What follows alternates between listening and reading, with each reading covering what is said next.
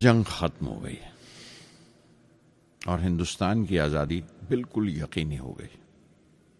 मैंने अब्बा से रामेश्वरम छोड़ने की इजाज़त चाही। मैं डिस्ट्रिक्ट हेडक्वार्टर्स रामनाथपुरम जाकर पढ़ना चाहता था।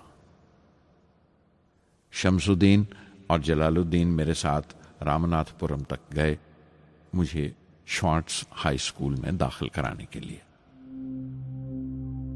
जाने क्यों वो नया माहौल मुझे रास नहीं आया।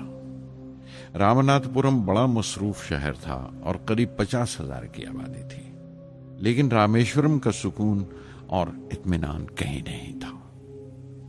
घर बहुत याद आता था और घर लौटने का कोई मौका मैं छोड़ता नहीं था।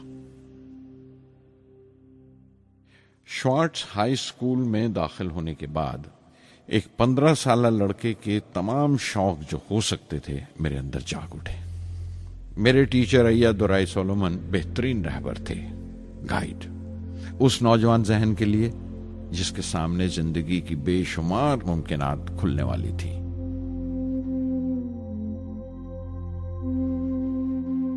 रामनाथपुरम के उस अरसा क़याम में उनसे मेरा रिश्ता उस्ताद शागिर्द या गुरु शिष्य से भी आगे निकल गया।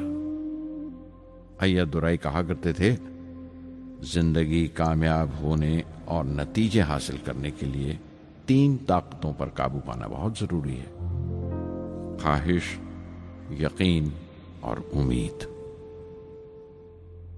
अय्यादुराई सोलोमन, जो बाद में रेवरेंड हो गए, कहा करते थे, इससे पहले कि मैं चाहूं कुछ हो जाए, ये जरूरी है कि मेरे अंदर उसकी पूरी शिद्दत से ख्वाहिश हो और यकीन हो कि वो होगा। मैं अपनी जिंदगी से अगर मिसाल दूं तो मुझे बचपन से ही आसमान के इसरार और परिंदों की परवाज हमेशा हैरान करती थी, फैसिनेट करती थी।